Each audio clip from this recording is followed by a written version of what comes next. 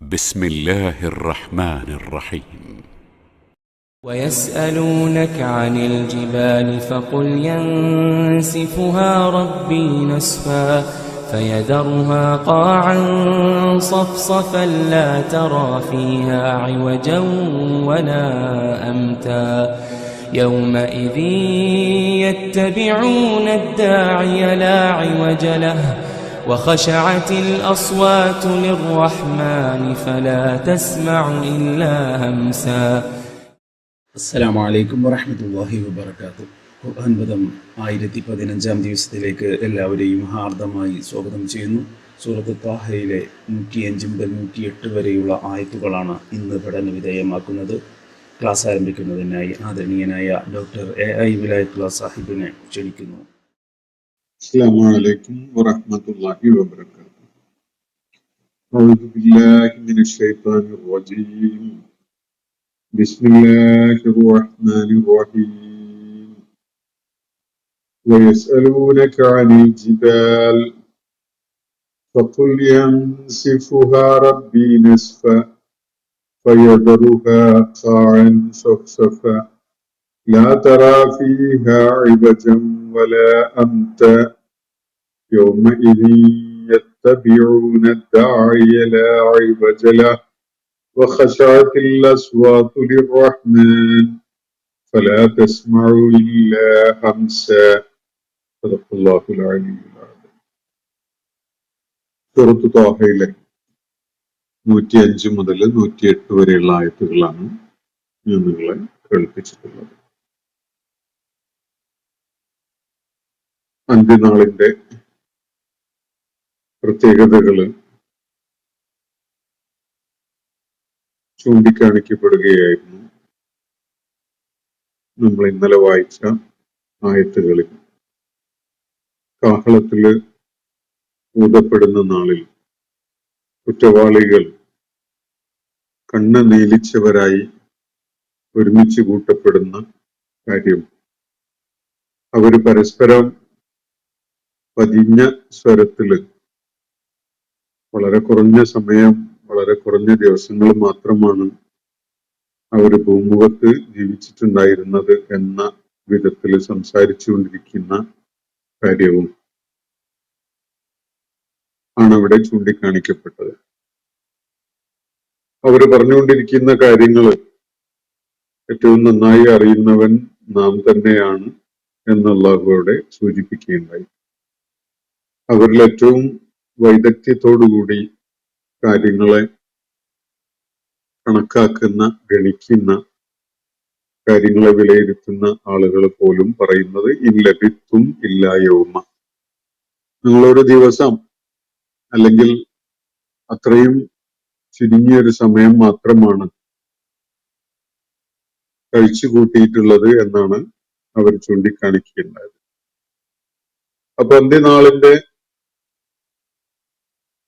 ഈ എല്ലാവരും അഭിമുഖീകരിക്കാനുള്ള ആ അവസ്ഥയെയാണ് ഇവിടെ വിവരിക്കപ്പെടുകയുണ്ടായത്. മൂസ അലൈഹി ഇസ്ലാമുമായി ബന്ധപ്പെട്ടുകൊണ്ടുള്ള വളരെ വിശദമായ ഒരു പ്രതിപാദ്യത്തിന് ശേഷം പിന്നിട്ട സമൂഹങ്ങളുടെ ഈ കഥകള് നാം വിവരിച്ചു തന്നിരിക്കുകയാണ്. അതേപോലെ തന്നെ അതിനോടൊപ്പം തന്നെ വളരെ പ്രാധാന്യമുള്ള ഒരു ഉത്ബോധനവും താങ്കൾക്ക് നാം നൽകിയിരിക്കുന്നു.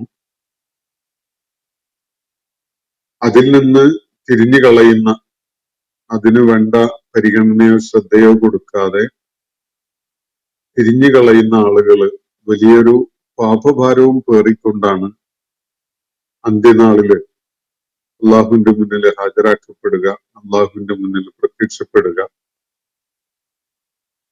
അന്ന് വലിയൊരു ഹിംല് അല്ലെങ്കിൽ വലിയൊരു വിസറ് ചുമന്നുകൊണ്ടാണ് ഈ കുറ്റവാളികൾ ഹാജരാവുക എന്നൊക്കെയാണ് അവിടെ ചൂണ്ടിക്കാണിക്കപ്പെടുകയുണ്ടായത്. അപ്പൊ ഒരു സമൂഹത്തിന്റെ സംഭവബഹുലമായ ജീവിത സാഹചര്യങ്ങളെ വിലയിരുത്തിയതിനു ശേഷം ജീവിതത്തോട് അവര് സ്വീകരിച്ച നിലപാടുകളുടെ പരിണിതിയായിട്ട് അവര് ഏറ്റുവാങ്ങേണ്ടി വരുന്ന ഏറ്റവും പരിതാപകരമായ ആഖിബത്തിനെയാണ് ഇവിടെ പരാമർശിക്കുകയുണ്ടായത്. ആ ഒരു സന്ദർഭം ഉപയോഗപ്പെടുത്തിക്കൊണ്ട് അന്ത്യനാളിന്റെ ചില പ്രത്യേകതകളാണ് നമ്മൾ പിന്നീട് ആയത്തുകളിൽ വിവരിക്കപ്പെടുകയുണ്ടായത്. ആ ഒരു സന്ദർഭത്തിൽ സ്വാഭാവികമായും ഉയർന്നു വന്നിട്ടുണ്ടാവാൻ സാധ്യതയുള്ള ഒരു ചോദ്യം, ആ ചോദ്യത്തിനോട് പ്രതികരിച്ചുകൊണ്ട് പറയുന്ന കാര്യങ്ങളാണ് നമ്മൾ ഇന്ന് വായിച്ചു വെച്ച ആയത്തുകളിൽ അടങ്ങിയിട്ടുള്ളത്. അത് പർവ്വതങ്ങളെ കുറിച്ചുള്ള ഒരു ചോദ്യമാണ്. ജനങ്ങളെല്ലാവരും ഒരുമിച്ച് കൂട്ടപ്പെടുന്ന പാപികൾ കണ്ണ് നീലിച്ചവരായിക്കൊണ്ട് പ്രത്യക്ഷപ്പെടുന്ന, അവര് പരസ്പരം നമ്മൾ വളരെ കുറഞ്ഞ സമയം മാത്രം, ഏതാനും ദിവസങ്ങൾ മാത്രം, 10 ദിവസം അല്ലെങ്കിൽ ഒരു ദിവസമൊക്കെ മാത്രമേ ഈ ഭൂമുഖത്ത് കഴിഞ്ഞിട്ടുള്ളൂ എന്ന് പരസ്പരം അവർ പറഞ്ഞുകൊണ്ടിരിക്കുന്ന ആ വിധത്തിൽ തീർത്തും അവരെ സംബന്ധിച്ചിടത്തോളം അപ്രതീക്ഷിതവും വളരെ അന്യവുമായ ഒരു അനുഭവം, അവർക്ക് പരിചയമില്ലാത്ത, അവര് കാത്തിരുന്നതല്ലാത്ത ഒരു അനുഭവത്തിന്റെ ആ സന്ദർഭം വന്നു ചേരുമ്പോ, അന്ത്യനാള് വന്നു ചേരുമ്പോ ഈ നമ്മൾ ഈ കാണുന്ന പർവ്വതങ്ങളൊക്കെ എവിടെ പോകും എന്നതായിരുന്നു ഒരുപക്ഷെ ഉന്നയിക്കപ്പെട്ടിട്ടുണ്ടാവാൻ ഇടയുള്ള ഒരു ചോദ്യം. ആ ചോദ്യമാണ് ഇവിടെ പരോക്ഷമായ ശൈലിയിൽ അള്ളാഹു അവതരിപ്പിക്കുന്നത്. വയസ്അലൂനക അനിൽ ജിബാൽ, പ്രവാചകരെ താങ്കളോട് അവര് പർവ്വതങ്ങളെ കുറിച്ച് ചോദിക്കുന്നു. ആ ചോദ്യം എന്താണ് എന്നത് ഇവിടെ പറയുന്നില്ല. ഈ പർവ്വതങ്ങൾക്ക് എന്താണ് സംഭവിക്കുക ആ നാളിൽ എന്ന് ആണ് ചോദിച്ചത് എന്ന് ഇവിടെ നൽകപ്പെടുന്ന ഉത്തരത്തിൽ നിന്ന് നമുക്ക് മനസ്സിലാക്കാൻ സാധിക്കും. ഖുർആന്റെ ഒരു ശൈലി അങ്ങനെയാണ്. അത് വളരെ കോൺഷ്യൻഷ്യസ് ആയിട്ട്, വളരെ ബോധപൂർവവും മനസാന്നിധ്യത്തോടെയും വായിക്കുമ്പോൾ ചോദിച്ചു എന്ന് പറഞ്ഞാൽ തന്നെ മതിയാവും. എന്താണ് ചോദിച്ചത് എന്നത് ഉത്തരത്തിൽ നിന്ന് വ്യക്തമാവും. അങ്ങനെയുള്ള ഒരു economy in the use of words എന്നൊരു ശൈലീപരമായ പ്രത്യേകത ഖുർആനിൽ നമുക്ക് പലയിടത്തും കാണാൻ സാധിക്കും. പദങ്ങൾ വിനിയോഗിക്കുന്നതിൽ അതിന്റെ ഏറ്റവും ചുരുങ്ങിയ അളവിൽ മാത്രം വിനിയോഗിച്ചുകൊണ്ട് കാര്യങ്ങൾ പറയുന്ന ഒരു ശൈലി. ചോദ്യം പറയാതെ ഉത്തരം പറയുമ്പോൾ ചോദ്യം എന്താണ് എന്നത് ഉത്തരത്തിൽ നിന്ന് നമുക്ക് വ്യക്തമാകുന്ന ഒരു ശൈലി. ഇതുപോലെയുള്ള ശൈലീപരമായ പ്രത്യേകതകൾ വിശുദ്ധ ഖുർആനിൽ പലയിടത്തും കാണാൻ സാധിക്കും. മനുഷ്യരചനകളിൽ നിന്ന് ഖുർആനെ വളരെ വേറിട്ടതാക്കി നിർത്തുന്ന ഒരു ശൈലീപരമായ ആസ്പെക്റ്റ് ആണ് ഈ സംഗതി. മനുഷ്യന്റെ ഭാവനയിലുള്ള, മനുഷ്യന്റെ രചനാ രീതിയിൽ ഇങ്ങനെ ഒരു കാര്യം ആ വിധത്തിൽ വരില്ല. സ്വാഭാവികമായിട്ട് ചോദിച്ച കാര്യം ആദ്യം പറഞ്ഞിട്ട് പിന്നെ അതിന് ഉത്തരം നൽകുന്ന ഒരു രീതിയാണ് മനുഷ്യന് പരിചയമുള്ളത്. എന്തായാലും മനുഷ്യന്റെ ഭാവനയിലോ രചനാ ശൈലിയിലോ ഒന്നും പെടാത്ത ഒരു ശൈലി നമുക്കിവിടെ കാണാൻ കഴിയും. ഇവിടെ മാത്രമല്ല, ഖുർആനിൽ പലയിടത്തും ആ ഒരു ശൈലി അവലംബിച്ചതായിട്ട് കാണാൻ സാധിക്കും. അതേസമയത്ത് വായനക്ക് ഒഴുക്കിന് വല്ല തടസ്സമോ അല്ലെങ്കിൽ കാര്യങ്ങൾ ഗ്രഹിക്കുന്നതിന് പ്രയാസമൊന്നും അതുകൊണ്ട് ഉണ്ടാവുന്നില്ല. വയസ്അലൂനക അനിൽ ജിബാൽ, പ്രവാചകരെ താങ്കളോട് അവര് പർവ്വതങ്ങളെ കുറിച്ച് ചോദിക്കുന്നു. ആ ചോദിച്ച സന്ദർഭം ഈ നടന്നുകൊണ്ടിരിക്കുന്ന ചർച്ചയുടേതാണ് എന്നത് നമുക്ക് ഈ ആയത്തുകൾ അതിനോട് ചേർന്ന് വരുന്നതിനാലും അതുപോലെ ആ കോണ്ടെക്സ്റ്റിന്റെ ഒരു പ്രത്യേകതയിൽ നിന്നൊക്കെ മനസ്സിലാക്കാൻ സാധിക്കും. പർവ്വതങ്ങളെ കുറിച്ചാണ് അവർ ചോദിക്കുന്നത്. ഫഖുൽ, എന്നാൽ പറഞ്ഞോളൂ, യൻസിഫുഹ റബ്ബി നസ്ഫ, എന്റെ നാഥൻ അതിനെ പൊടിച്ച് തരിപ്പണമാക്കി കളയും എന്നാണ് പറയുന്നത്. എന്റെ നാഥൻ അതിനെ ഇടിച്ചു പൊടിച്ച് ധൂളികളാക്കി കളയും എന്നാണ് പറയാൻ വേണ്ടി അള്ളാഹു നിർദ്ദേശിക്കുന്നത്. അന്ത്യനാളിൽ എല്ലാവരും ഒരുമിച്ച് കൂട്ടപ്പെടുന്ന ആ സന്ദർഭത്തെ കുറിച്ച് ഇവിടെ ഖുർആനിൽ പറഞ്ഞപ്പോ മനുഷ്യോൽപത്തി മുതൽ ആ സംസാരം നടക്കുന്ന ഘട്ടം വരെയുള്ള ഒരുപാട് തലമുറകള് ഭൂമുഖത്ത് കഴിഞ്ഞു പോയിട്ടുണ്ടല്ലോ. അവരൊക്കെയും തന്നെ എവിടെയാണ് വന്ന് മേളിക്കുക? അതുപോലെ അവർക്ക് ഈ ഭൂമുഖത്ത് ഇടം മതിയാകുമോ? എത്രയോ തലമുറകൾ കഴിഞ്ഞു പോയതാണ്. എത്രയോ ആയിരക്കണക്കിന് വർഷങ്ങള് മനുഷ്യര് ഭൂമുഖത്ത് വസിച്ചിട്ടുണ്ട്. അവരൊക്കെയും തന്നെ അള്ളാഹുവിന്റെ മുന്നിൽ ഹാജരാക്കപ്പെടുന്ന ആ നാള് എങ്ങനെയായിരിക്കും അത് സംജാതമാവുക, എങ്ങനെയായിരിക്കും അത് പ്രത്യക്ഷപ്പെടുക എന്നതൊക്കെ ആളുകളെ സംബന്ധിച്ചിടത്തോളം വളരെ കൗതുകമോ ആശങ്കയോ ഒക്കെ അടങ്ങിയിട്ടുള്ള ഒരു വിഷയമാണ്. സ്വാഭാവികമായിട്ടും അവരുടെ ഭാവനയും അതിനെക്കുറിച്ചുള്ള ആലോചനയും ഒക്കെ ഭൂമിയുടെ ഉപരിതലം പൂർണ്ണമായിട്ട് വേണ്ടി വരുമായിരിക്കും ഒരുപക്ഷെ ഈ ആളുകളെ ഒക്കെ ഉൾക്കൊള്ളാൻ, അവരെ എല്ലാവരെയും മേളിപ്പിക്കാൻ എന്ന് ഒരു തോന്നല്, ഒരു ആലോചന അവർക്ക് ഉണ്ടായിട്ടുണ്ടാവാൻ ഇടയുണ്ട്. ആ ഒരു പശ്ചാത്തലത്തിലായിരിക്കണം ഈ ചോദ്യം ഉന്നയിക്കപ്പെടുന്നത്. ഈ പർവ്വതങ്ങൾക്കൊക്കെ എന്താണ് സംഭവിക്കുക? അപ്പൊ മക്കയില് ഈ ആയത്തുകൾ ഇറങ്ങിക്കൊണ്ടിരിക്കുന്ന സമയത്ത് യഥാർത്ഥത്തിൽ ആ ഒരു മക്കയുടെ പശ്ചാത്തലവും ഇതിൽ പ്രസക്താണ്. മക്കയുടെ ഭൂമിശാസ്ത്രം അറിയുന്നവർക്ക് അറിയാം, ഒരു തടാകം പോലെ ചുറ്റുപാടും പർവ്വതങ്ങളായിട്ടും മധ്യത്തിലായിട്ടൊരു തടാകം എന്നുള്ള നിലക്കുള്ള ഒരു രൂപമാണ് മക്കയിലുള്ളത്. മക്കയില് തടാകമില്ല, പക്ഷെ ഒരു ഒഴിഞ്ഞ ഒരിടം, ചുറ്റുപാടും പർവ്വതങ്ങൾ.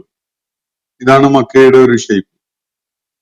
മസ്ജിദുൽ ഇഹ്റാം നിലക്കൊള്ളുന്ന ഈ അതുപോലെ കഅബ നിലക്കൊള്ളുന്ന ആ പ്രദേശം, ഇതിന്റെ ചുറ്റുപാടും ഒന്ന് കണ്ണോടിച്ചാല് വലിയ പർവ്വതങ്ങളാണ് ചുറ്റുപാടും ഉള്ളത് എന്നത് കാണാൻ കഴിയും. ആ പർവ്വതങ്ങൾക്ക് മധ്യത്തിലായിട്ടൊരു തടാകം പോലെ, സാധാരണ അങ്ങനെയാണല്ലോ, പർവ്വതങ്ങള് ചുറ്റുപാടുള്ള ഇതിന്റെ മധ്യത്തിലായി വരുന്ന ഒരു സ്പേസ് മഴ പെയ്യുമ്പോൾ അതൊക്കെ ഊർന്നൊലിച്ച് വന്ന് ഒരു തടാകമായിട്ട് ഫോം ചെയ്യുന്ന അങ്ങനെയുള്ള കാഴ്ചകൾ നമുക്ക് പരിചയമുള്ളതാണ്.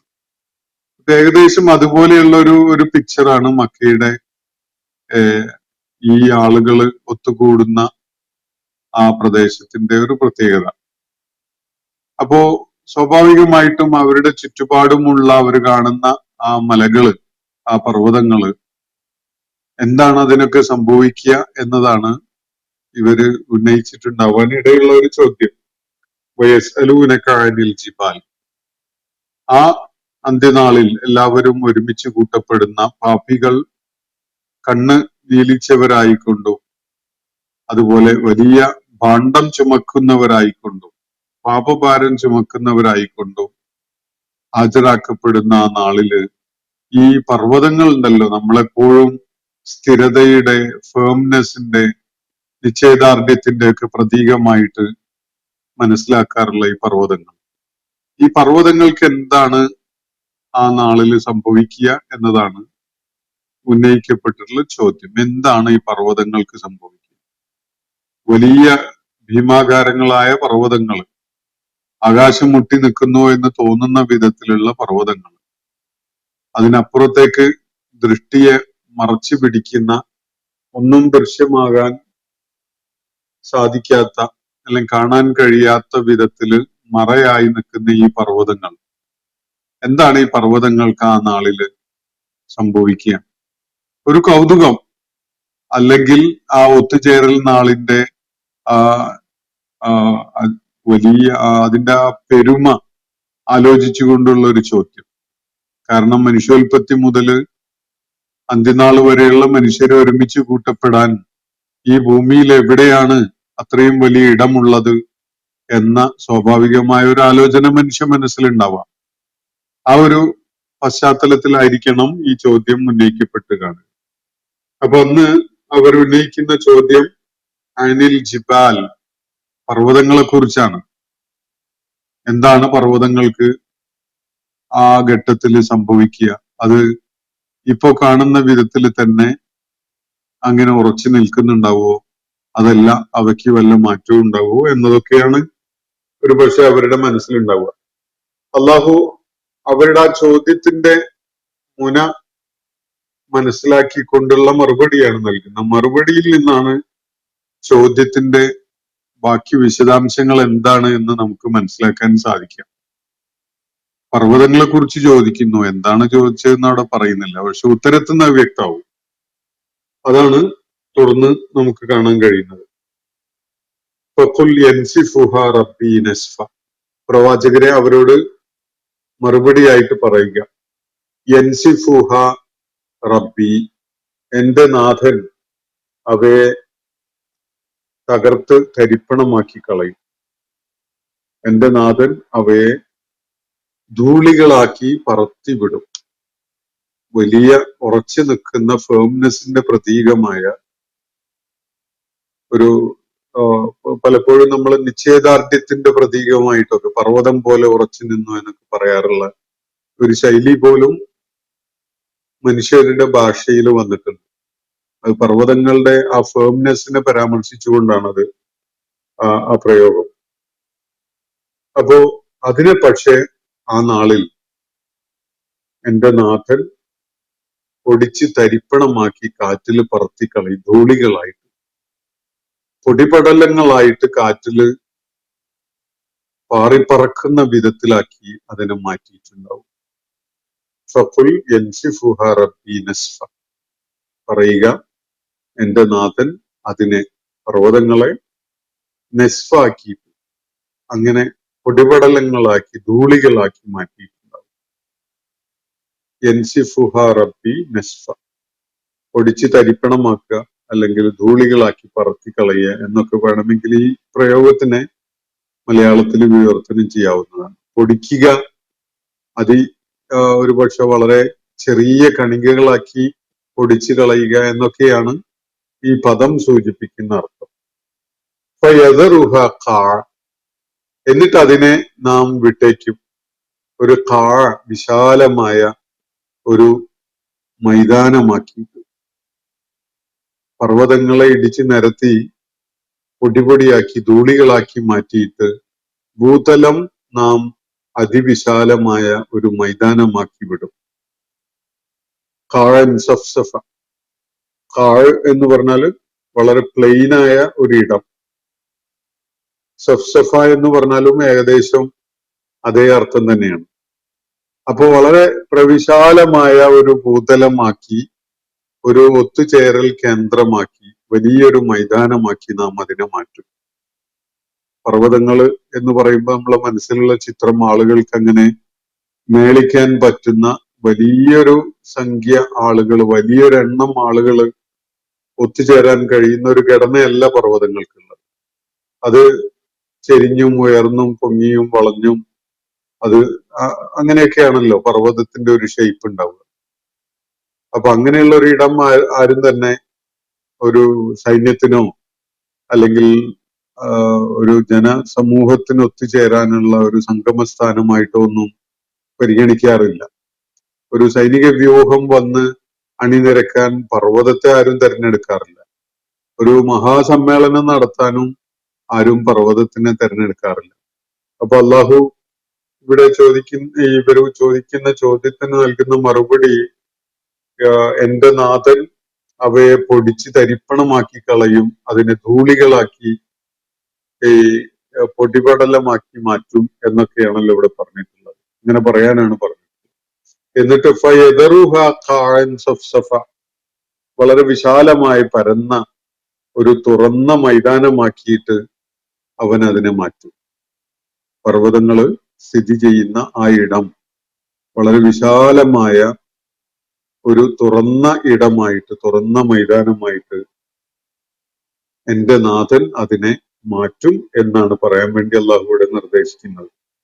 ലാ തറാ ഫീഹ ഇവജം വല അംത, അതില് ഒരു ഇവജും അംതും നിനക്ക് കാണാൻ പറ്റുകയില്ല.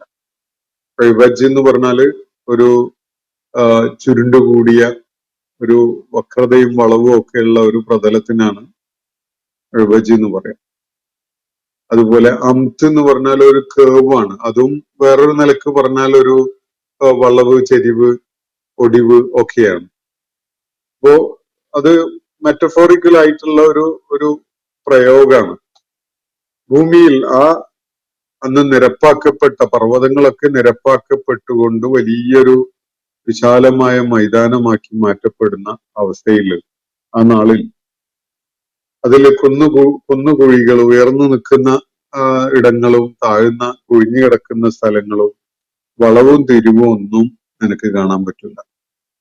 കുന്നുകുഴികളൊക്കെ അപ്രത്യക്ഷമായി, വളവും തിരിവുകളൊക്കെ ഇല്ലാതെയായി, വളരെ വിശാലമായ ഒരു മൈതാനമായിട്ട് അത് മാറിയിട്ടുണ്ടാവും. മനുഷ്യർക്ക് എല്ലാവർക്കും വന്ന് ഒത്തുചേരാൻ പറ്റുന്ന ഒരു ഗ്യാതറിംഗ് പ്ലേസ് ആയിട്ട്, അതിവിശാലമായ ഒരു പ്രതലമായിട്ട് അത് മാറിയിട്ടുണ്ടാവും. നാം അതിനെ ആ വിധത്തിൽ പരിവർത്തിച്ചിട്ടുണ്ടാവും. അപ്പോ ലാ തറാ ഫീഹ ഇവജം വല അംത, അന്ന് നിനക്കതില് വളവ് തിരിവുകളോ കുന്നുകുഴികളോ ഒന്നും കാണാൻ പറ്റില്ല. ഇപ്പൊ ഈ ഇവജും അംത്തും ഏകദേശം ഒരേ അർത്ഥം തന്നെയാണ്. മലയാളത്തിൽ പറയുമ്പോ അത് കുന്നുകുഴികളും വളവും തിരിവും എന്നൊക്കെയാണ് പറയാൻ എളുപ്പമുണ്ടാവുക. ഭൂമിയുടെ ഇപ്പോഴത്തെ അവസ്ഥയെ വർണ്ണിക്കുന്ന പദങ്ങളാണ് ഇവജും അംത്തും. ഇവജും അംത്തും ഒക്കെയുള്ള വിധത്തിലാണ് ഭൂമി എന്നുള്ളത്. എന്നാൽ അള്ളാഹു അവയെ ഇടിച്ചു പൊടിച്ച് നിരപ്പാക്കി ഒരു വലിയ മൈതാനമാക്കി മാറ്റുന്ന സന്ദർഭത്തില് അതില് പിന്നെ വളവും തിരിവും ഒടിവും നിവർന്നൽക്കലും ഉയർച്ചയും താഴ്ചയും ഒന്നും ഉണ്ടാവില്ല. ഒറ്റ നിരപ്പായ ഒരു ഭൂതലം. അന്ന് യൗമ ഇദിൻ യത്തബിഊന ദാഇയ ലാ ഇവജല, അന്ന് അവരെല്ലാവരും തന്നെ ഒരു വിളിച്ചോണ്ട് പോകുന്ന ഒരാളെ പിന്തുടർന്ന് അങ്ങനെ പോവുകയാണ് ചെയ്യുക. ഒരാൾ വിളിക്കുന്നുണ്ടാവും, ഒരു മുനാദി, ഒരു ദാഴി വിളിക്കുന്നുണ്ടാവും, ഇങ്ങോട്ട് വരിക, ഇതുവഴി വരിക എന്ന് പറഞ്ഞുകൊണ്ട് അവരെ തെളിച്ച് അല്ലെങ്കിൽ അവരെ മുന്നിൽ നടന്നുകൊണ്ട് വിളിക്കുന്നുണ്ടാവും. ആ നാളില് എല്ലാവരും തന്നെ ആ ദാഴി എന്ന് പറഞ്ഞാൽ വിളിക്കുന്നവൻ എന്നാണ് അർത്ഥം. നമ്മള് പ്രബോധകൻ എന്ന അർത്ഥത്തിലൊക്കെ ആ വാക്ക് ഉപയോഗിക്കാറുണ്ട്, ദാഴി എന്ന്, വിളിക്കുന്നവൻ. ആ നാളില് ഒരു വിളിക്കുന്ന ഒരാള്, നമ്മളെ ഇപ്പോഴത്തെ ഒരു പശ്ചാത്തലത്തിൽ ഒരു അനൗൺസർ എന്നൊക്കെ പറയുവാണ്. ഒരാള് ഇങ്ങനെ അനൗൺസ് ചെയ്തുകൊണ്ട് എല്ലാവരെയും തന്റെ പുറകിൽ അണിനിരന്ന് പുറകിലായിട്ട് തന്റെ കൂടെ നടന്നു വരാൻ വേണ്ടി ആവശ്യപ്പെട്ടുകൊണ്ടിരിക്കുന്ന അല്ലെങ്കിൽ അനൗൺസ് ചെയ്തുകൊണ്ടിരിക്കുന്ന ഒരാള്. അയാളെ പിന്തുടർന്നുകൊണ്ടാണ് എല്ലാവരും. പഴയ ഒരു കഥയിലെ ഒരു പൈഡ് പൈപ്പറിന്റെ കഥകളിൽ, കുട്ടികളൊക്കെ വായിക്കാറുള്ള കഥകളിൽ നിങ്ങളൊക്കെ കേട്ടിട്ടുണ്ടാവും. ഒരു പൈഡ് പൈപ്പർ അയാളുടെ കയ്യിലുള്ള മ്യൂസിക്കൽ ഇൻസ്ട്രുമെന്റിൽ അങ്ങനെ അത് പ്ലേ ചെയ്തുകൊണ്ട് ആളുകളെ, വിശേഷിച്ച് കുട്ടികളൊക്കെ എല്ലാവരെയും ആകർഷിച്ചുകൊണ്ട് അങ്ങനെ കൊണ്ടുപോകുന്നു. എല്ലാ വീടുകളിൽ നിന്നും കുട്ടികളൊക്കെ ഇറങ്ങി വരികയാണ്. അയാളുടെ ആ പീപ്പി കേട്ട് അയാളുടെ പുറകെ അങ്ങനെ എല്ലാവരും അങ്ങനെ പുറകെ പോകുന്ന ഒരു കാഴ്ച. ഇവിടെ ഒരു ദാഴി വിളിക്കുകയാണ്, എല്ലാവരെയും അനൗൺസ് ചെയ്തുകൊണ്ട് തന്റെ പുറകിൽ അണിനിരന്ന് അങ്ങനെ അയാളെ പിന്തുടർന്ന് പോകാൻ വേണ്ടി ആവശ്യപ്പെട്ടുകൊണ്ട് വിളിച്ചുകൊണ്ടിരിക്കുക.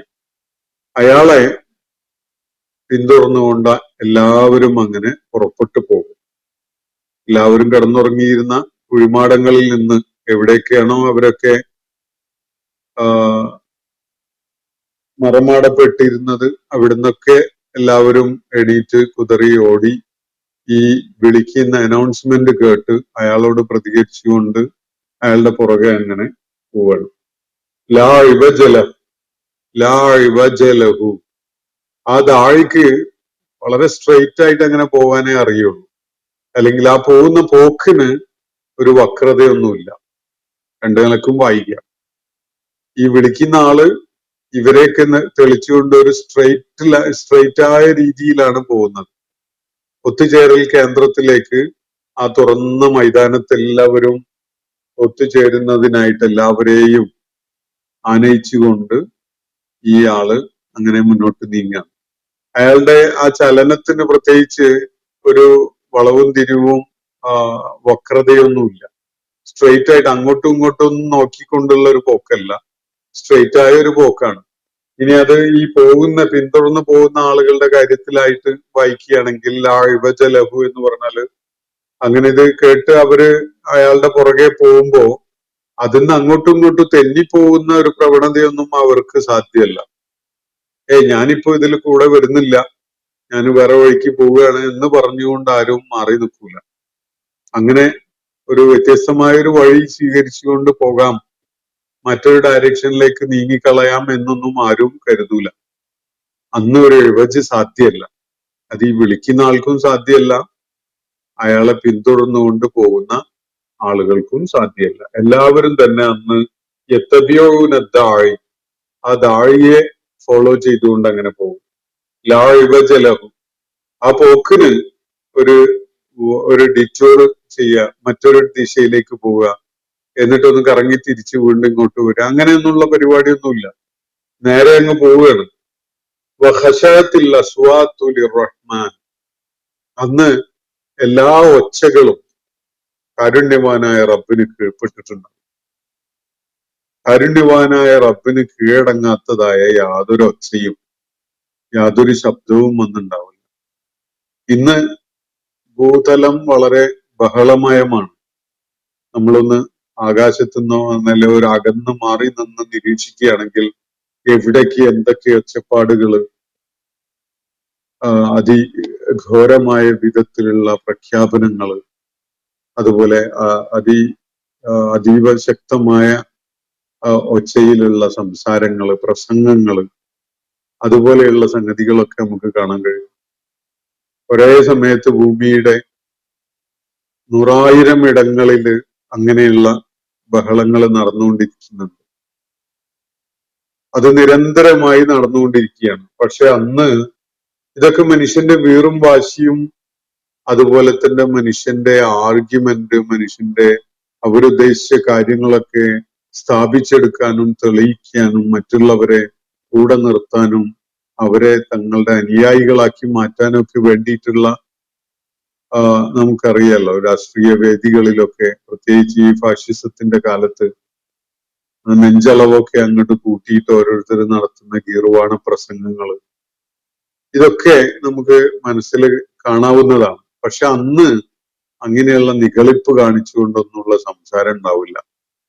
എല്ലാ ഒച്ചകളും അടങ്ങിയിട്ടുണ്ടാവും.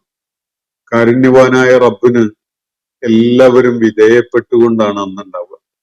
ഒരാൾക്കും റബ്ബിനെതിരിലോ റബ്ബിന്റെ തൃപ്തിക്കോ താല്പര്യങ്ങൾക്കോ വിരുദ്ധമായോ ബഹളം വെച്ചുകൊണ്ട് സംസാരിക്കുക എന്നുള്ളത് അന്നുണ്ടാവില്ല. അങ്ങനെ സംഭവിക്കില്ല. വഖശഅത്തിൽ അസ്വാത്ത്, ശബ്ദങ്ങള്, ഒച്ചകള് കെട്ടടങ്ങിയിട്ടുണ്ടാകും, കീഴ്പ്പെട്ടതായിട്ടുണ്ടാകും. വിധേയപ്പെട്ടുകൊണ്ടുള്ള അവസ്ഥയിലായിരിക്കും സകല ശബ്ദങ്ങളും. അത് ആർക്കാണ് വിധേയപ്പെട്ടിരിക്കുന്നത്? ഏതെങ്കിലും ഭരണകൂടത്തിനോ മേധാവിത്വം അവകാശപ്പെടുന്ന, അടിച്ചേൽപ്പിക്കുന്ന ഏതെങ്കിലും ഭരണാധിപനോ അധികാരിക്കോ നേതാവിനോ രാജാവിനോ ഒന്നുമല്ല. അന്ന് സകല ശബ്ദങ്ങളും കീഴ്പ്പെട്ടിരിക്കുന്നത്, വിധേയപ്പെട്ടിരിക്കുന്നത് ആർക്കാണ്? ലിർറഹ്മാൻ, കാരുണ്യവാനായ റബ്ബിന്.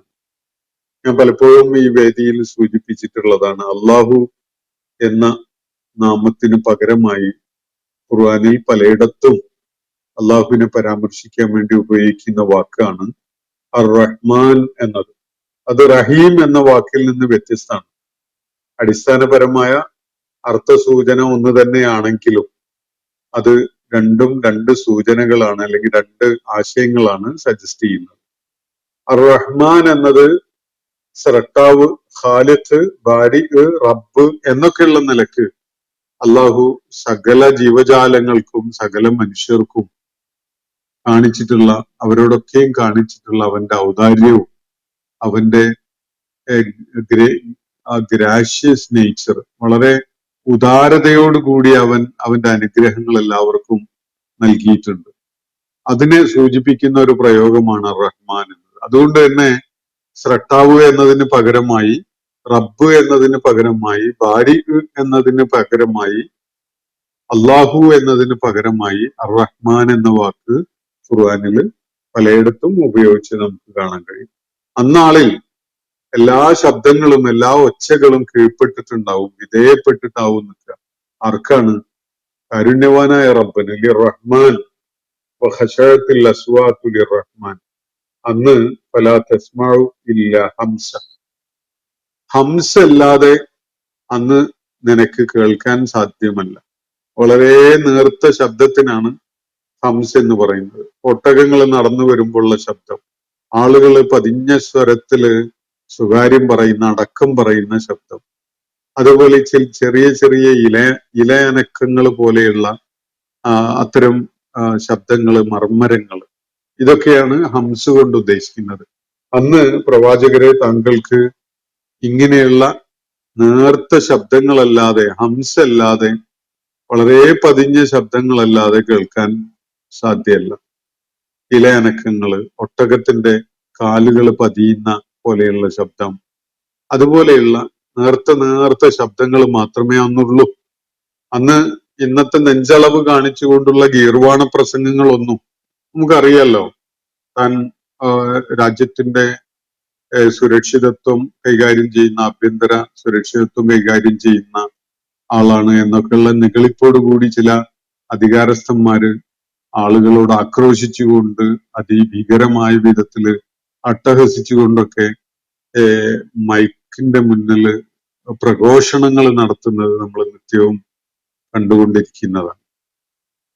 അത് അങ്ങനെയുള്ള നിഗളിപ്പ് കാണിച്ചുകൊണ്ട്, അല്ലെങ്കിൽ അഹന്തയുടെ പ്രകടനം വാക്കുകളായിട്ട് അവരിങ്ങനെ ഉരുവിട്ടുകൊണ്ടിരിക്കുമ്പോൾ, അല്ലെങ്കിൽ അത് ഒരു അർത്ഥനാദമായിട്ട് ജനങ്ങളുടെ കാതുകളിൽ വന്ന് പതിക്കുമ്പോൾ അവരൊരു പക്ഷെ ഓർക്കുന്നുണ്ടാവില്ല. അവരുടെ ശബ്ദവും അവരുടെ നാവും അവരുടെ ചുണ്ടുകളും അവരുടെ കാതുകളും ഒക്കെ പ്രപഞ്ചനാഥനായ കാരുണ്യവാന് കീഴ്പ്പെടേണ്ടതായി വരുന്ന ഒരു നാള് വരാനിരിക്കുന്നു എന്ന കാര്യം. എന്തായാലും ആ നാള് ശബ്ദങ്ങൾ കൊണ്ട് ആർക്കും ആരെയും കീഴടക്കാൻ പറ്റുന്ന ഒരു നാളല്ല. ആരും ആരെയും ഡോമിനേറ്റ് ചെയ്ത് അടിച്ചൊതുക്കി തന്റെ കാൽക്കീഴില്, തന്റെ ചൊൽപ്പടിക്ക് കീഴിലായിട്ട് നിർത്തപ്പെടുന്നതിന് വേണ്ടി ഭീകരമായ ശബ്ദഘോഷണങ്ങൾ നടത്തപ്പെടുകയില്ല. അതിന് സാധ്യമല്ലാത്ത ഒരവസ്ഥ. സകല ശബ്ദങ്ങളും കാരുണ്യവാനായ റബ്ബിന് വിധേയപ്പെട്ടുകൊണ്ട് വരുന്ന ഒരു സന്ദർഭമാണ് അത് എന്നാണ് ഇവിടെ ചൂണ്ടിക്കാണിക്കപ്പെടുന്നത്. വഖശഅത്തിൽ അസ്വാതു ലിർ-റഹ്മാൻ. എന്നിട്ട് അള്ളാഹു തുറന്നു പറയുകയാണ്, ഫലാ തസ്മഉ ഇല്ലാ ഹംസ. അന്ന് നിനക്ക് വളരെ നേർത്ത ചില ശബ്ദങ്ങളല്ലാതെ കേൾക്കാൻ സാധ്യമല്ല എന്ന്. ഇവിടെ വരച്ചു കാണിക്കപ്പെട്ട ഒരു ചിത്രം അന്ത്യനാളിൽ ഈ ഭൂമുഖം ഏത് വിധത്തിൽ പരിവർത്തിതമാകും എന്നതാണ്. വിശുദ്ധ ഖുർആനിൽ വേറെയും ചില സൂചനകൾ ഇത് സംബന്ധമായിട്ട് നൽകപ്പെടുന്നുണ്ട്. മറ്റൊരിടത്ത് സൂറത്തുൽ ഇൻശിഖാഖില് 13-ാമത്തെ ആയത്തിൽ നമുക്ക് കാണാം, വൈദൽ അർദു മുദ്ദത്ത്. ഭൂമി വളരെ വിശാലമായി നിരപ്പാക്കപ്പെടുന്ന ഒരു സന്ദർഭം എന്നാണ് അവിടെ സൂചിപ്പിക്കപ്പെടുന്നത്. ഭൂമി ഇപ്പോ കാണുന്ന വിധത്തില് പർവ്വതങ്ങളും കുഴിയും അതുപോലെ താഴ്വരകളും കുന്നും കുഴിയും ഒക്കെ ആയിട്ടുള്ള അവസ്ഥ ഒക്കെ മാറി ഒരൊറ്റ നിരപ്പായ ഒരു പ്രതലമായി മാറുന്ന ഒരു നാള് വരാനിരിക്കുന്നു എന്നാണ് അവിടെ സൂറത്തുൽ ഇൻശിഖാഖിൽ സൂചിപ്പിക്കപ്പെടുന്നത്. സൂറത്തുൽ ഇൻഫിത്താറിൽ മറ്റൊരു വിവരണം കാണുന്നത് വൈദൽ ബിഹാറു ഫുജിറത്ത് എന്നാണ്. ഭൂമി, സമുദ്രങ്ങള് പിളർക്കപ്പെടുന്ന നാൾ. ഇന്ന് വളരെ പാരാപാരം എന്ന് തന്നെ നമ്മൾ പറയുന്ന സമുദ്രത്തിന്റെ ജലനിരപ്പ്, വാട്ടർ സ്കേപ്പ് എന്ന് ഇംഗ്ലീഷിൽ പറയുന്ന ആ പ്രതിഭാസം, അതൊക്കെ തുണ്ടം തുണ്ടമായി പോകുന്ന, പലയിടങ്ങളിലേക്കായിട്ട് ചിതറിപ്പോകുന്ന സമുദ്രം എന്ന ഒരു പ്രതിഭാസം ഒരിടത്ത് വലിയ ജല കേന്ദ്രീകരണം ഇല്ലാത്ത വിധത്തില് പലയിടത്തേക്കായിട്ട് ചിന്നിച്ചിതറിപ്പോകുന്ന ഒരു നാട്. സമുദ്രങ്ങള് ഈ വിധത്തിൽ പിളർന്ന് തുണ്ടം തുണ്ടമാക്കപ്പെടുന്ന ഒരു നാളിൽ. വൈദൽ ബിഹാർ സുജിറത്ത് എന്ന് വേറൊരു പ്രയോഗം സൂറത്ത് തക്വീറിലും കാണാൻ പറ്റും. ഒന്നുകിൽ സമുദ്രങ്ങള് കവിഞ്ഞൊഴുകുന്ന, അതിന്റെ ഇപ്പോൾ ഉള്ള ഒഴുക്കിന്റെ അല്ലെങ്കിൽ ചലനത്തിന്റെ ഗതിയിൽ നിന്നും മാറിയിട്ട് സമുദ്രജലം പലയിടത്തേക്കായിട്ട് ഒഴുകി പോവുകയും അത് വരണ്ടു പോവുകയും ചെയ്യുന്ന ഒരു നാളിനെ കുറിച്ചുള്ള ഒരു വിവരണം നമുക്ക് അവിടെ കാണാൻ കഴിയും. അപ്പോ മനസ്സിലാക്കാൻ പറ്റുന്ന ഇപ്പോ നമ്മള് ഈ ജിബാലുകളെ കുറിച്ച്, പർവ്വതങ്ങളെ കുറിച്ച് മനസ്സിലാക്കി. ഞാനിവിടെ ഉദ്ധരിച്ച ആയത്തുകളില് ഭൂമി ആ വിധത്തിൽ നിരപ്പാക്കപ്പെടുന്ന കാര്യം പറഞ്ഞു. അതുപോലെ സമുദ്രങ്ങള് തുണ്ടം തുണ്ടമാക്കപ്പെടുകയോ വറ്റിപ്പോവുകയോ കവിഞ്ഞ് ഒഴുകി പോവുകയോ ഒക്കെ ചെയ്യുന്ന ഒരു കാര്യത്തെ കുറിച്ച് പറഞ്ഞു. അപ്പൊ ഈ വിധത്തിലുള്ള ഒരു പരിവർത്തനം ഭൂതലത്തിന് വരാൻ പോവുകയാണ്. പർവ്വതങ്ങള് എൻസിഫുഹ റബ്ബി നെസ്ഫ എന്നാണല്ലോ ഇവിടെ പറഞ്ഞിട്ടുള്ളത്. എന്റെ റബ്ബ് അവയെ ധൂളികളാക്കി പറത്തിക്കളയും എന്ന്, അല്ലെങ്കിൽ പൊടിപടലങ്ങളാകുന്ന വിധത്തിൽ അതിനെ പൊടിച്ച് തകർത്ത് കളയും എന്ന് പറഞ്ഞത് സൂചിപ്പിക്കുന്നു. അതുപോലെ ഒരു കാഴായിട്ട് കാഴൻ സൊഫ്സഫ വളരെ വിശാലമായി പരന്ന് നിരപ്പായി കിടക്കുന്ന ഒരു ഒത്തുചേരൽ കേന്ദ്രമായിട്ട് അതിനെ അവൻ പരിവർത്തിപ്പിക്കും എന്നും പറഞ്ഞു. അപ്പോ സമുദ്രങ്ങളുടെ ഇടം, അതുപോലെ പർവ്വതങ്ങളുടെ ഇടം, ഇതൊക്കെ തന്നെ ചേർന്നുകൊണ്ട് ഒരൊറ്റ നിരപ്പായ ഒരു ഭൂതലം നമ്മൾ മനസ്സിൽ സങ്കല്പിക്കുകയാണെങ്കിൽ ഒരു ഫുട്ബോൾ എങ്ങനെ ഉണ്ടാവും അതുപോലെ ഒരു ഉരുണ്ട ഗോളം ആകൃതിയിലുള്ള ഭൂമി, പക്ഷെ ഭൂമിയുടെ മുകളിൽ ഉയർച്ച താഴ്ചകളില്ല. പർവ്വതങ്ങളുടെ ഉയർച്ചയും അരുവികളുടെയോ താഴ്വരകളുടെയോ താഴ്ചയോ ഒന്നുമില്ലാത്ത നിരപ്പായ ഭൂതലമുള്ള ഒരവസ്ഥയിൽ അത് പുനരാവിഷ്കരിക്കപ്പെടും ആ നാളിൽ എന്നാണ് ഖുർആൻ നൽകുന്ന സൂചന. മനുഷ്യർ മുഴുവനും അള്ളാഹുവിന്റെ മുന്നിൽ ഹാജരാക്കപ്പെടുന്നതിന് വേണ്ടി അങ്ങനെ ഒരു മാറ്റം ഭൂമിക്ക് അള്ളാഹു കൊണ്ടുവരികയാണ്. അപ്പോ സമുദ്രങ്ങൾ നികത്തി, കാടുകൾ നശിച്ചു, പർവ്വതങ്ങള് തരിപ്പണമാക്കപ്പെട്ടു. അങ്ങനെ വളരെ വിശാലമായ പരന്ന ഒരു കായൻ സൊഫ്സഫ ആയിട്ട് തുറന്നൊരു മൈതാനമായിട്ട് ഭൂതലം മാറുന്ന ഒരു സംഭവം. മറ്റൊരിടത്ത് ഖുർആൻ സൂചിപ്പിക്കുന്ന യൗമ തുബദ്ദലുൽ അർളു ഗൈറൽ അർള്, ഭൂമിയെ അവൻ ഇപ്പോഴുള്ളതല്ലാത്ത വിധത്തിലുള്ള ഒരു ഭൂമിയാക്കി മാറ്റുന്ന ഒരു നാളിൽ, ആ നാളിനെ കുറിച്ചാണ് അവിടെ പറയുന്നത്. അപ്പൊ ഇന്ന് നമ്മൾ കാണുന്ന ഭൂമി ആ രൂപത്തിൽ അല്ലാതെ അത് മറ്റൊരു ഷേപ്പിലായിട്ട് പൂർണ്ണമായിട്ടും പുനരാവിഷ്കരിക്കപ്പെടുന്ന ഒരു നാളിനെ കുറിച്ചാണ് അവിടെ സൂചിപ്പിക്കപ്പെടുന്നത്.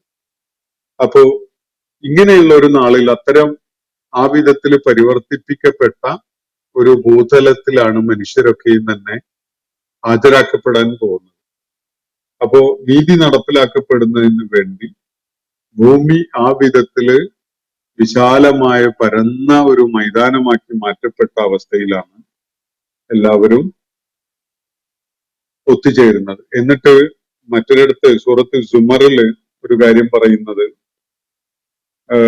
വഖാലു, ആളുകള് ആ സന്ദർഭത്തിൽ പറയുന്ന ഒരു കാര്യം ഇതായിരിക്കും, സത്യവിശ്വാസികള് പ്രത്യേകിച്ച്, അൽഹംദുലില്ലാഹില്ലദീ സദഖനാ വഅദ, ഞങ്ങളോട് ചെയ്ത കരാറുകള് കൃത്യമായി പാലിച്ച അള്ളാഹുവിനാണ് സർവസ്തുതി.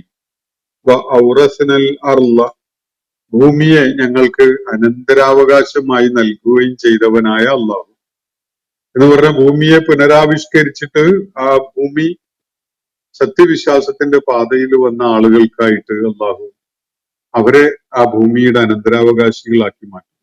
ഏതു വിധത്തിലാണ്? നതബവ്വഉ മിനൽ ജന്നതി, ആ പൂന്തോപ്പ് പോലെയുള്ള അല്ലെങ്കിൽ ഉദ്യാനം പോലെയുള്ള ആരാമം പോലെയുള്ള ആ ഭൂതലം അന്ന് അവിടെ നമുക്ക് ഇഷ്ടമുള്ള ഇടങ്ങള് തെരഞ്ഞെടുത്ത് ഓരോരുത്തർക്കും സ്ഥലം പിടിക്കാൻ പറ്റുന്ന വിധത്തിൽ നതബവ്വഉ എന്ന് പറഞ്ഞാൽ ഒരിടം കണ്ടെത്തിയിട്ട് അത് നമ്മളുടേതായിട്ട് നമ്മളുടെ ഒരു കൂര കെട്ടുന്ന വിധത്തില് സ്വന്തമാക്കുന്ന, നമ്മളുടെ ഒരു ഇടമാക്കി സ്വീകരിക്കുന്നതിനെയാണ് സൂചിപ്പിക്കുന്നത്. അപ്പോ നതബവ്വഉ മിനൽ ജന്നത്തി ഹൈതു നശാ, ആ വിശാലമായ ജന്നത്തിൽ നാം ഇച്ഛിക്കുന്നിടത്ത് നമ്മളുടെ ഇടമായി സ്വീകരിക്കാവുന്ന വിധത്തില് ഭൂമിയെ പരിവർത്തിപ്പിച്ചു തന്ന അള്ളാഹു, അവനാണ് സർവസ്തുതികളും അർഹിക്കുന്നത് എന്നാണ് ഇവിടെ പറയുന്നത്. എന്നിട്ട് ഫനിഅമ അജ്റുൽ ആമിലീൻ എന്നുകൂടി അവിടെ പറയുന്നുണ്ട്. കർമ്മങ്ങൾ ചെയ്ത് മുന്നേറാൻ സന്നദ്ധരായവരുടെ അവര് ഏറ്റുവാങ്ങാനിരിക്കുന്ന പ്രതിഫലം എത്ര അനുഗ്രഹീതമാണ് എന്നുള്ള ഒരു ആശ്ചര്യം പ്രകടിപ്പിക്കൽ കൂടിയാണ് നമുക്ക് അവിടെ കാണാൻ കഴിയും. അപ്പോ മനസ്സിലാക്കാൻ പറ്റുന്നത് ഇതിലെ സൂചനകളിൽ നിന്ന് വ്യത്യസ്തമായ അഭിപ്രായങ്ങളൊക്കെ പലരും പ്രകടിപ്പിക്കുന്നുണ്ടെങ്കിലും മനുഷ്യര് ഒരു പുനഃസമാഗമത്തിനായിട്ട് ഒരുമിച്ച് കൂട്ടപ്പെടുന്നത് ഈ ഭൂതലം തന്നെ പൂർണ്ണമായിട്ട് പരിവർത്തിപ്പിക്കപ്പെട്ട് വളരെ വിശാലമായ ഒരു ഒത്തുചേരൽ മൈതാനമാക്കി മാറ്റപ്പെട്ടതിന് ശേഷമാണ്. അത് ഈ ഭൂമിയിൽ തന്നെ വെച്ചാണ്. ഈ ഭൂമി മറ്റൊരു ഭൂമിയായി മാറിയിട്ടുണ്ടാകും. ആ ഘട്ടത്തില് സമുദ്രങ്ങൾ അപ്രത്യക്ഷമായി, പർവ്വതങ്ങൾ അപ്രത്യക്ഷമായി, കാടും മലകളും ഒക്കെ ഇല്ലാതായി നിരപ്പായ ഒരിടമായിട്ട്. അത് എങ്ങനെ ആ ഒരു സംഗതി ആ വിധത്തില് പ്രവർത്തനക്ഷമമാകുന്നു എന്നതൊക്കെ തന്നെ നമുക്ക് ഭാവനയിൽ കാണാൻ മാത്രമേ സാധിക്കുകയുള്ളൂ. നിലവില് നമുക്ക് ആ ഭൗമ സംവിധാനം ഏത് വിധത്തിലായിരിക്കും എന്നതൊന്നും ഒരു കൃത്യമായ ധാരണ ഉണ്ടാക്കിയ സാധ്യമല്ല. പക്ഷെ അള്ളാഹുവിടെ വിവരിക്കുന്നത് വളരെ കൃത്യതയോടുകൂടിയാണ്. സകല മനുഷ്യരും ഒത്തുചേരാവുന്ന വിധത്തിലുള്ള ഒരു വിശാലമായ തുറന്ന മൈതാനമായിട്ട് അള്ളാഹു അതിനെ പുനരാവിഷ്കരിക്കും എന്ന് മാത്രമല്ല, ഒരു ഭൂമി തന്നെയാണ് ഒരു ഒരു സ്വർഗഗോളമായിട്ട്, ഒരു ജന്നത്തായിട്ട് പരിവർത്തിപ്പിക്കപ്പെടാനും പോകുന്നത് എന്നൊരു സൂചന നമുക്ക് ഇതിൽ നിന്ന് ലഭിക്കും. ഇതല്ലാത്ത മറ്റ് വേറെ പല സംവിധാനം, ഈ ഭൂമിക്ക് അതീതമായ ഒരു ലോകമാണ് സ്വർഗവും നരകവും ഒക്കെയുള്ള ഇടം എന്നത് പറയുന്ന നിരീക്ഷണങ്ങള് നടത്തുന്ന ആളുകളുണ്ട്. പക്ഷെ ഖുർആന്റെ ഒരു സൂചനയില് നമുക്ക് ഇങ്ങനെ ഒരു ധാരണയിൽ എത്തുന്നതിന് തടസ്സമൊന്നുമില്ല.